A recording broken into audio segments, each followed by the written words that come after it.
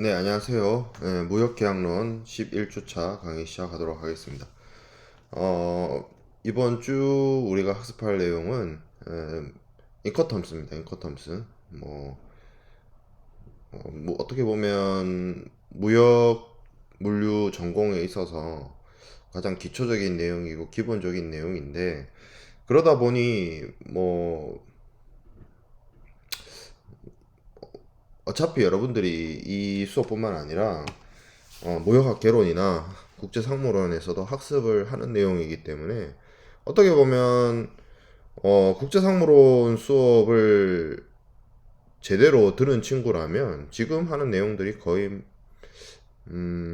좀 중복된다, 중복되는 내용이라고 생각할 여지도 굉장히 있습니다. 그래서 그렇게 많은 시간과 노력을 들여서 우리가 계약론 수업에서까지 인커텀스에 너무 세세 어떤 기초적인 내용을 가지고 너무 많은 시간을 투자하기보다는 인커텀스라는 것이 결국에는 국제상업회의소가 제정한 하나의 국제 규칙으로서 20세기 초반, 그러니까 1900년대 초반부터 사용이 되어 왔는데, 사실 그 인커텀스를 만들기 이전부터 정형화된 거래 조건은 사용이 되어지고 있었습니다. 특히 CIF나 FOB 같은.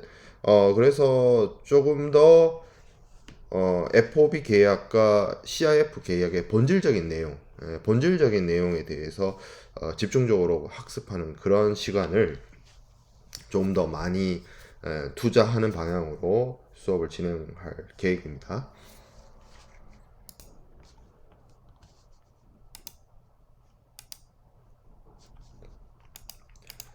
자, 그러면 본격적으로 인커텀스에 대해서 이야기를 해보도록 합시다. 인커텀스 2020은 국제무역에서 가장 널리 사용되는 정형거래 조건입니다. 그러니까 인커텀스가 정형거래 조건이 아니라 수많은 정형거래 조건 중에 가장 대표적인 게 인커텀스예요.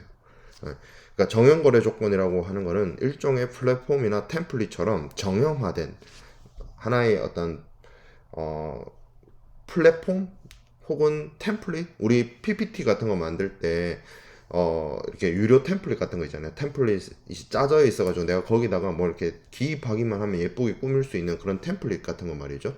그래서 정행거래 조건이라고 하는 거는 국제기구나 아니면 어떤 특정한 국가가 국제무역에서 사용하기 위한 하나의 어떤 거래의 조건, 거래 내용에 대해서 정형화 시켜놓은 거예요. 폼으로 만들어 놓은 거예요. 표준 양식이나 표준된 어떤 폼으로 매도인이 무엇을 하고 매수인은 무엇을 하고에 대해서 규정을 해놓아서 하나의 틀로 만들어 놓은 겁니다. 정형거래 조건이라는 게. 그 중에서 정형거래 조건 중에서 가장 유명하고 가장 널리 알려졌고 가장 많이 사용되는 게 인커텀스인 거죠. 그래서 어, 이 인커텀스를 제정한 ICC 국제상업회의소가 이 어떤 국제적인 통일된 하나의 무역의 국제 규칙을 제공하기 위해서 어 인위적으로 출판을 한 거죠. 하나의 규칙으로서 기존의 그 정형 거래 조건이라고 부를 수 있는 것들은 18세기, 17세기부터 시작해서 오랜 기간 동안 오랜 관습과 간행으로 굳어져 왔던 것들이 수만 가지들이 있었어요. 뭐 만 가지까지는 아니지만 어쨌든 여러 가지가 있었는데, 그 중에서 국제상업회의소가 대표적인 것들을 자신들의 이름으로 만들어낸 것이 이제 인커텀스의 효시이고, 인커텀스를 사용함으로 인해서 어떻게 보면 이것이 국제법이거나 어떤 특정한 국가의 법은 아니지만 민간 기구인 국제상업회의소가 만든 하나의 국제 규칙일 뿐이지만, 이것이 어떻게 보면 전 세계적으로 사용이 되고 전 세계적으로 널리 알려지다 보니까 하나의 무역과 관련된 준거 규칙, 국제 규칙으로서 존중을 받고 있고 널리 사용되고 있고, 그리고 이것이 하나의 무역의 기준이 되고 우리 오늘날 무역을 공부해야 되는 학생들에 있어서의 가장 기초적인 내용이 되고 있습니다. 그래서 실제로 무역 거래를 하는 당사자들 중에 이런 인컨텀스를 사용 안 하는 사람이 없고요. 모든 거의 대부분의 무역 계약에서 이 인컨텀스가 기본적으로 어떤 형식으로라든 정형화된 어떤 교과서적인 CIF나 FOB가 사용이 되든지 아니면 그 FOB나 CIF의 어떤 변형의 형태가 사용이 되든지 간에 실제적으로 실무적으로 널리 사용되어지고 있다는 거죠. 그러한 인커텀스가 여러 차례 개정이 있었습니다. 최근 들어와서는 1980년 이후부터는 1980년, 1990년, 2000년, 2010년, 2020년 이렇게 10년 주기 개정을 하고 있고, 여러분들은 지금 2021년에 인커텀스 2000에 대해서 공부를 하고 있는데, 불과 2년 전 2019년까지만 하더라도 2020 버전을 공부하지 않고 인커텀스 2010 버전을 공부를 했었어요. 최근에 그래서 여러분들이 이 인커텀스가 아무래도 10년 주기에 개정을 하다 보니까 2000년에 개정했고 2010년에 개정했고 2020년에 개정했고 이런 식으로 되다 보니까 무역 쪽의 교수님들이 대체적으로 10년 주기 거기에 맞춰서 책 개정을 하세요. 인커텀스가 바뀌니까. 그래서 어떻게 보면 21학번 내지 20학번은 코로나로 인해서 사이버 강의를 많이 듣고 있지만, 한편으로 좋은 점은 좋은 점인지 나쁜 점인지 잘 모르겠네요. 여러분들 1년, 2년 선배들이 배운 내용하고 전혀 다른 내용을 배우고 있다는 거예요. 그리고 관련된 내용들이 다 바뀌었고 개정됐다는 거죠. 근데 사실 이렇게 얘기는 하고 있지만 인커텀스 2000하고 2010, 그러니까 2000에서 2010으로 바뀔 때까지만 하더라도 많은 변화가 있었거든요. 2000 버전에서 2000년도 버전에서 2010으로 바뀔 때. 근데 2010에서 2020으로 바뀌는 것의 어떤 내용은 큰 변화가 있지는 않았어요.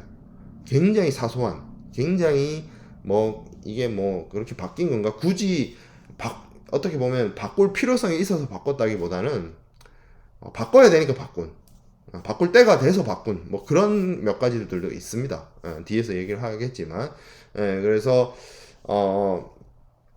10년 주기로 이렇게 인커텀스가 개정이 됐고, 인커텀스가 가지고 있는 어떤 역할을 좀 얘기를 해보면, 인커텀스에서 이제 CIF라든지 FOB라든지 DAP라든지 영문 대문자 알파벳 3개로 이루어진 어떤 규칙들, 이거는 이제 영어 표현으로는 룰이라고 하기도 하고 텀이라고 하기도 하는데, 인터내셔널 커머스 텀이니까 인커텀스가 결국에는 이제 텀이라고 하기도 하고 룰이라고 하기도 하는데, 이제 텀이라고 하면 어떻게 보면 조건이라고 해석을 해야 될 것이고, 룰이라고 하면 규칙으로 해석이 되어야 되는데, 사실은 인커텀스 11가지 조건, 이 11가지를 통칭할 때는 보통 텀 내지는 조건 이런 표현을 많이 쓰고, 하나 그 세부적인 어떤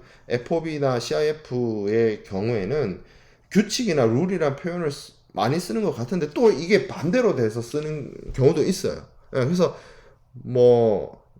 조건이라 불리기도 하고 규칙으로 불리기도 하고 룰이라고 불리기도 하고 텀이라고 불리기도 한다 라는 겁니다. 그래서 어쨌든 인커텀스 안에는 11가지의, 지금 2020 버전 기준으로 11가지의 규칙 내지는 조건이 있습니다. 그것들이 이제 CIF, FOB, FAS, CIP 이런 것들인데, 이런 것들이 총 11가지가 있다는 거죠. 그러면 인커텀스가 있음으로 인해서 무엇이 결정되고 무엇이 설명이 되어지느냐를 놓고 보면, 가장 중요한 거는 당사자들의 의무, 그리고 위험의 이전, 그리고 비용 분기예요.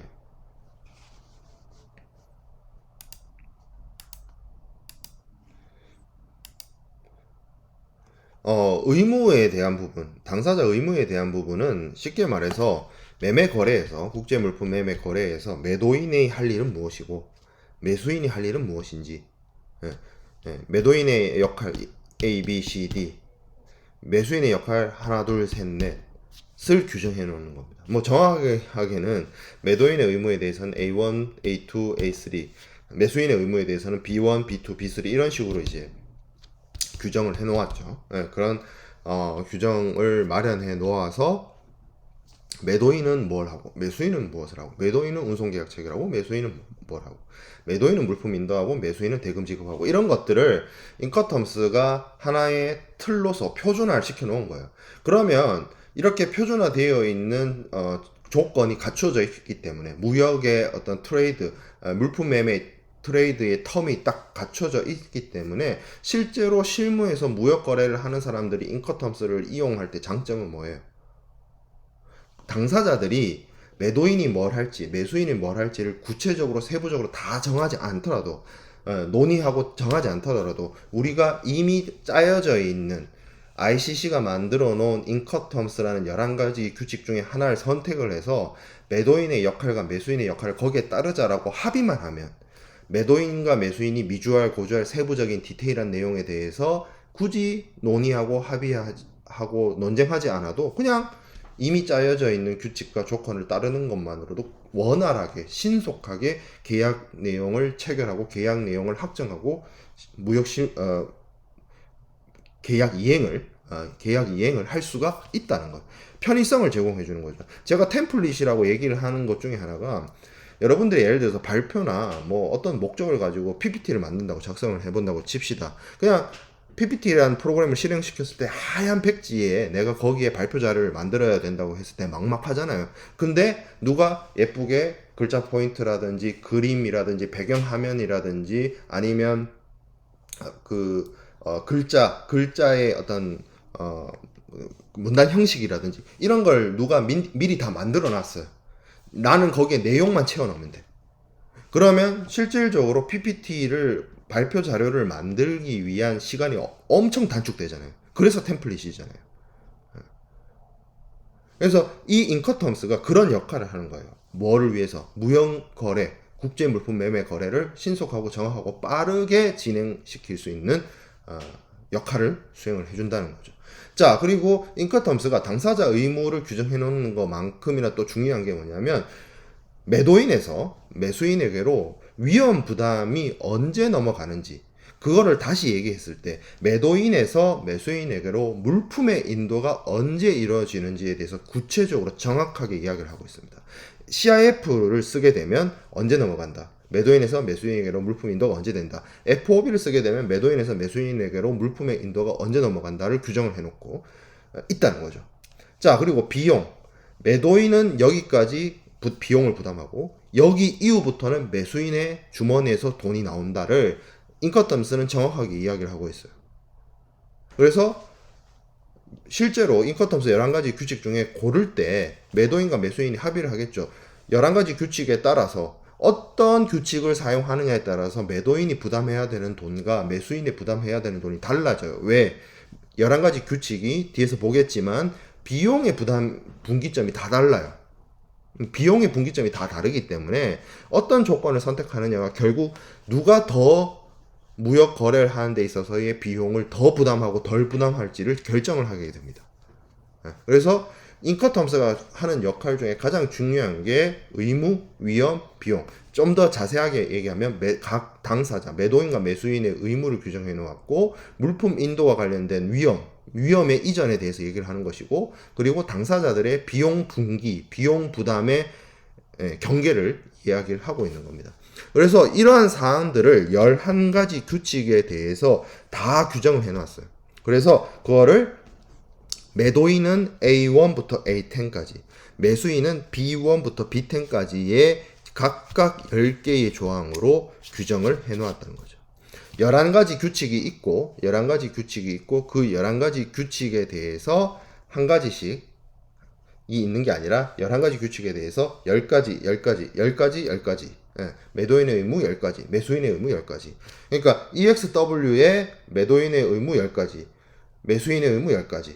뭐 FOB면 FOB의 매도인의 의무 10가지, 매수인의 의무 10가지. 이런 식으로 해서 총 11가지 규칙이 규정되어 있다는 겁니다.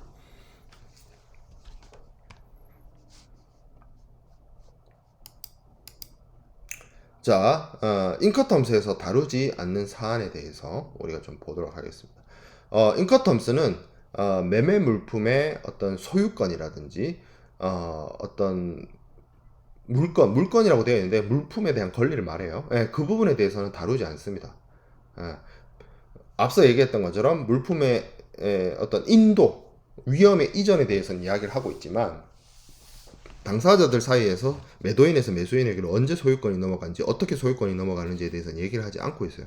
그 부분은 다루지 않은 부분이에요. 그 부분을 손대기 시작하면 여러 국가들의 입법이나 어떤 법 체계가 서로 다르기 때문에 큰 문제가 될 수 있다. 그래서 그 부분에 대해서는 다루지 않습니다. 그리고 소유권 물권과 관련된 규정 외에도 어떤 내용들을 다루고 있느냐. 인커텀스는 그러니까 여기 있는 A부터 K에 있는 내용들은 인커텀스에서 다루지 않는 부분들이에요. 대표적으로 소유권과 관련된 부분을 다루지 않고 인커텀스에서 매매계약 성립이라든지 물품 계약의 적합성이라든지 그리고 대금 지급의 시기라든지 장소, 방법, 통화, 매매계약 위반에 대해서 할 수 있는 구제수단, 그리고 계약상 의무 이행이 지체됐을 때, 위반됐을 때, 그리고 뭐 어떤 국가의 법률에 의한 제재, 이런 것들, 그리고 관세 부과, 그리고 수출이나 수입, 금지, 그리고 불가항력, 지적재산권, 그리고 분쟁 해결 방법, 중거법, 이런 것들에 대해서는 다루지 않는다는 거죠. 그러면 이런 것들은 어떻게 합니까? 여기 보면, 자, 매매계약의 성립, 어디서 다뤄요, 주로? CISG에서 다루죠. 청약, 승낙. 물품 계약의 적합성, 이거 어디서 다뤘어요? CISG에서 다뤘죠. 그렇지 않아요? 물적 적합성. 자, 그럼 대금 지급의 시기, 장소, 방법, 통화. 이것도 CISG에서 다뤘죠. 그죠? 그리고 구제수단. 매도인의 의무 위반에 따른 매수인의 구제. 매수인의 의무 위반에 따른 매도인의 구제. 주로 어디 있었어요? CISG에 있었죠. 그리고 계약상 의무 이행이 지체. 의무 이행이 지체된 거, 딜레이 된 거. 이것도 어디 있었어요? CISG에 있었죠.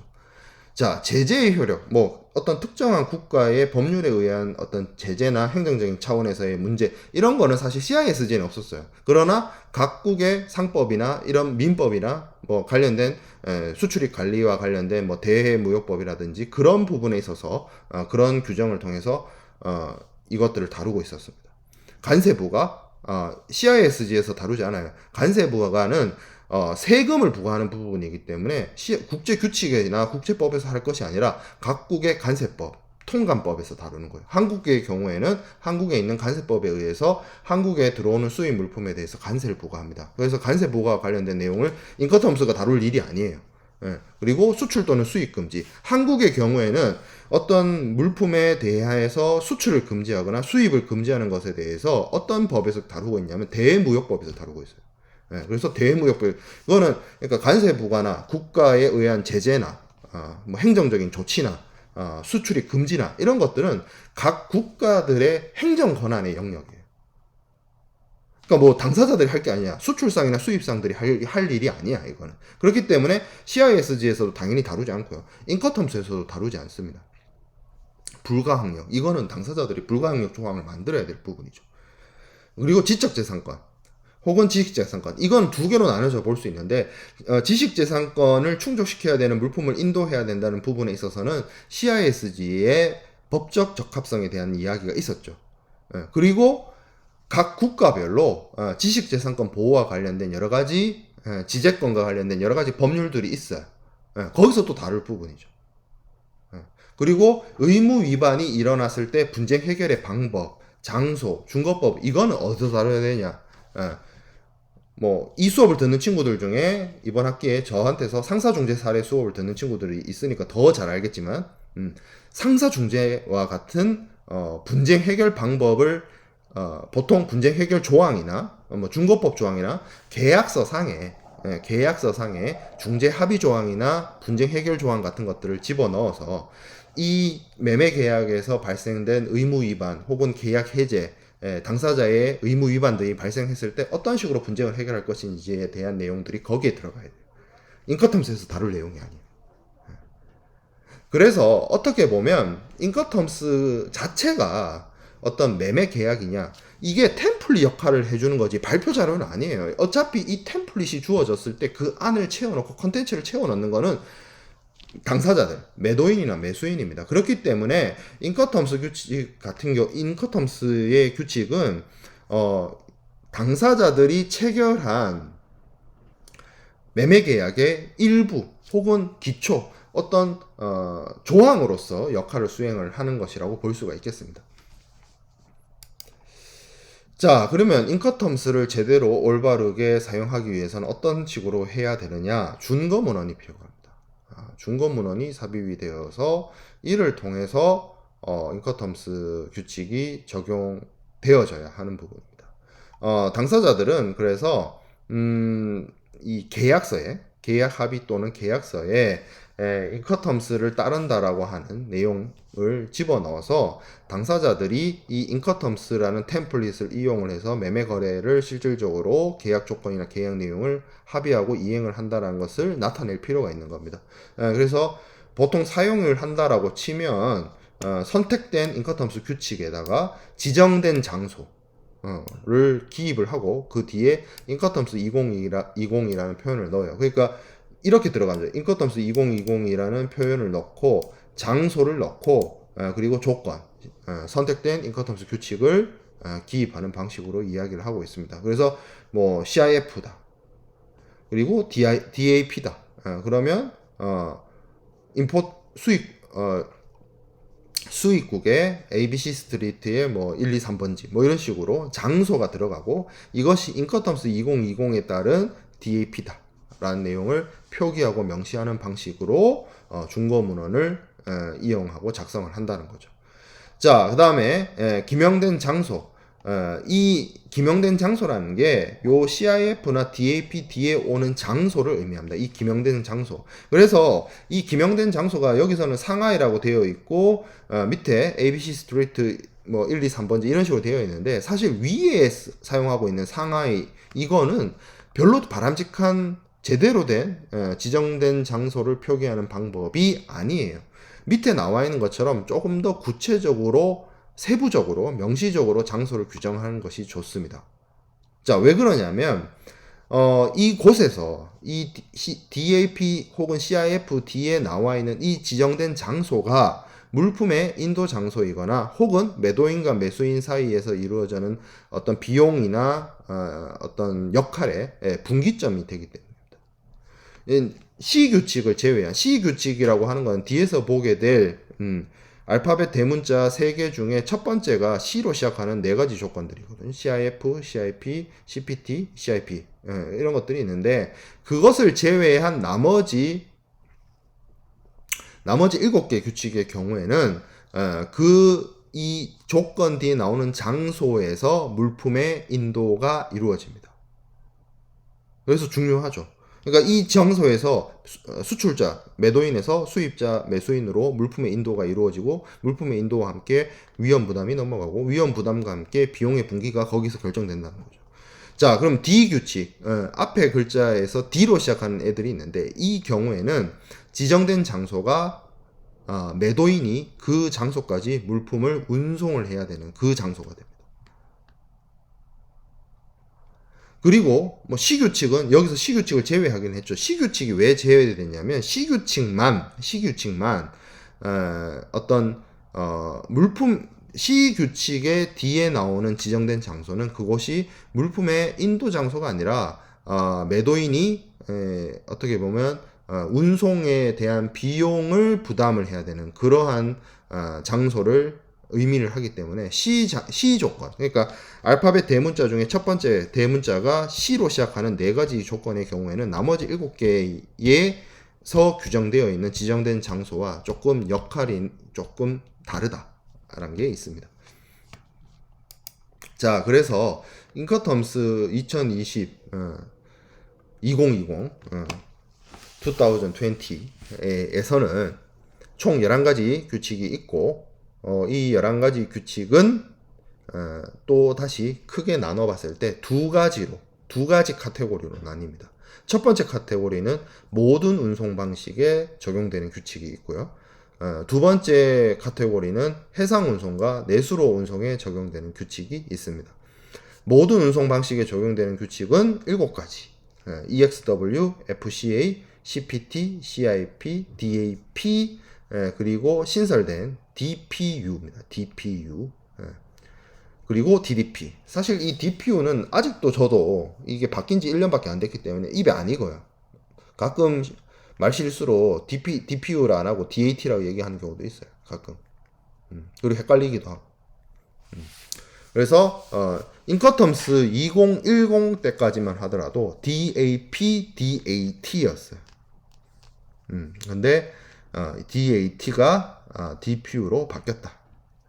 그리고 두 번째 카테고리인 해상 운송과 내수로 운송에 적용되는 규칙은 클래식한 애들이죠. FAS, FOB, CFR, CIF가 있다. 그래서 이것들이 사용이 되는데 뭐 한 가지 개별 그 하나하나의 규칙에 대해서는 뭐 어차피 뒤에서 다시 자세하게 얘기할 테니까 그때 얘기하기로 하고 이렇게 두 가지 카테고리로 나뉜다는 거죠. 자, 그러면 모든 운송 방식에 적용되는 규칙은 총 7개가 있습니다. 총 7개가 있는데 얘네들은 이 모든 운송 방식에 사용된다는 말이 어떤 의미를 가지고 있냐면 해상에서 쓸 수 있어요. 그러니까 해상 내수로에서 사용하기에 적합한 규칙이라고 따로 4가지를 만들어 놓긴 했지만 그렇다고 해서 여기 위에 있는 7가지가 해상에서 절대 쓰면 안 된다 이게 아니거든요. 그러니까 해상에서도 할 수 있고 육상에서도 할 수 있고 도로, 철도 다 가능한 거고 항공 운송에서도 쓸 수 있고 또 뭐도 가능하냐? 복합 운송에서도 쓸 수 있습니다.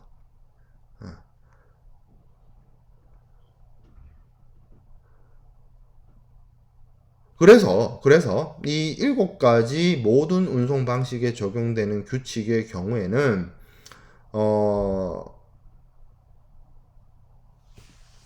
그 어떤 특정 지점이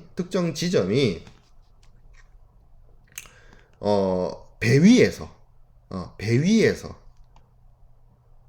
분기점이라는 게 분기점 우리가 뒤에서 좀 강조를 하겠지만 이게 좀 뒤로 배치할 걸 그랬나? 아무튼 이 매도인과 매수인의 어떤 역할의 경계, 위험의 경계라고 할 수 있는 분기점이 배 위가 아니라면 쓸 수가 있는데 그러면 어떤 지점에서 매도인과 매수인의 분기점이 나뉘느냐를 놓고 보면 첫 번째 매도인이 물품을 운송인에게 넘겨주는 그 지점이 분기점이 되고요. 그리고 매수인의 처분하에 두는 물품을 매도인이 매수인의 처분하에 두는 그 지점이 분기점이 되고요. 아니면 두 군데가 다 되기도 하고요. 그래서 매도인과 매수인이 있는데 이 매도인이 물품을 인도를 할 때 그 인도하는 지점에서 위험이 이전하고 그리고 비용의 분기가 결정이 되기 때문에 그거에 따라서 7가지 정형거래 규칙이 쭉 나뉜다라고 볼 수가 있습니다. 예를 들어서 CPT 같은 경우에는 물품의 인도가 매도인이 계약을 체결한 운송인에게 물품을 인도할 때 물품 인도가 일어나고 대신 비용은 그 운송인이 지정된 장소까지 운송하는 데 있어서의 비용을 매도인이 부담을 하는데 DAP 같은 경우에는 그것이 수출국이나 어떤 선적국에서 이루어지는 것이 아니라 수입국 최종 목적 국가에 있는 곳에서 매수인의 임의 처분하에 둘 때 물품의 인도가 일어나는 거죠. 뒤에서 더 자세하게 얘기를 하겠지만 그래서 분기점이 선상이 아닌 경우이다. 모든 운송 방식에 적용되는 규칙은. 그리고 해상 운송과 내수로 운송에 적용되는 규칙에 있어서는 뒤에서 얘기하겠지만 더 추가적으로 얘기를 하겠지만 매도인과 매수인의 분기점이 보통 선상에 규정되어 있어요. 선박. 그래서 거기서 그 지점에서 물론 FAS에서는 선측이긴 하겠지만 매도인과 매수인의 분기가 배라는 어떤 곳을 지칭을 해서 거기서 이루어지기 때문에 이 4가지 CIF, CFR, 그리고 FOB, FAS는 해상 운송이나 내수로 운송이라고 하는 것은 호수, 강, 운하를 의미합니다. 바다가 아닌 물 있죠. 바다가 아닌 물, 담수. 거기서 운송하는 거기서 운송하는 규칙으로서 적합하다는 거죠. 왜? 매도인과 매수인의 분기점, 인도 장소가 선박이라는 공간을 이용해서 지정을 해놨기 때문에.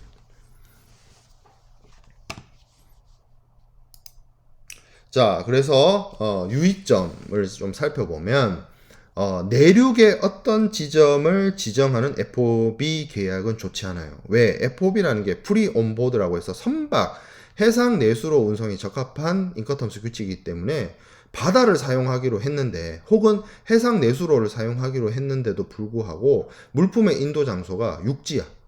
내륙 지역이야. 우리나라로 치면 뭐 대구라든지 뭐 대전이라든지 세종시라든지 그런 데서 FOB 세종 있을 수 없는 거. 바람직하지 않아. 예. 그리고 매수인 국가의 내륙에 있는 어떤 지점까지 물품이 운송되도록 기대하는 경우에는 시포트, 그러니까 예를 들어서 수입자가 한국 사람인데 이 한국 사람이 물품의 운송이 뭐 대전이나 세종까지 오기로 돼 있어요. 근데 CIF 뭐 부산 이렇게 해버려. 바람직하지 않다는 거죠. 그래서 어떻게 보면 그 인커텀스 규칙에 맞는 어떤 지정된 장소를 지정하는 것이 바람직하고요. 이렇게 잘못 쓰게 되는 원인, 인커텀스 규칙을 말 그대로 그 문자 그대로 사용하지를 않고 이렇게 잘못된 방식으로 사용하는 이유는 인커텀스가 무역 조건이나 정형거래 조건으로 생각하지 않고 가격 조건으로 생각을 하기 때문입니다. 이 부분은 우리가 지난 시간에도 제가 간략하게 얘기를 했는데 인커텀스 11가지가 있으면 이 11가지 인커텀스를 어떤 걸 선택하느냐에 따라서 매도인과 매수인 사이에서 거래 가격이 달라질 수가 있어요. 똑같은 물품을 거래한다 하더라도 그 물품이 FOB 조건으로 거래를 하느냐 CIF 조건으로 거래하느냐에 따라 가격이 달라질 수 있다고요. 그렇기 때문에 많은 사람들이 인커텀스가 규정하고 있는 매도인의 역할이나 매수인의 역할, 물품의 인도나 위험의 이전이나 비용의 분기 이런 걸 고려하지 않고 그냥 어떤 조건을 쓰느냐에 따라서 가격이 달라져 버리니까 그냥 단순한 가격 조건, FOB를 쓰면 이 조건, 이 가격, CIF를 쓰면 이 조건, 이 가격 이렇게 생각을 해버린다는 거죠. 그래서 앞서 얘기했던 것처럼 FOB 세종이라든지 뭐 이런 것들이 나올 수 있다는 거죠. FOB라는 것을 제대로 알면 절대 FOB 세종이라는 조건은 무역 조건은 사용되어질 수가 없는 거예요. 넌센스예요, 넌센스. 그런데 그냥 FOB를 그냥 하나의 어떤 가격 조건으로 생각을 하는 사람들이 그렇게 쓴다는 거죠. 근데 그런 사람들이 생각보다 많아요. 인커텀스를 혹은 국제무역을 제대로 학습하지 않거나 공부하지 않은 사람들도 있기 때문에 충분히 있죠.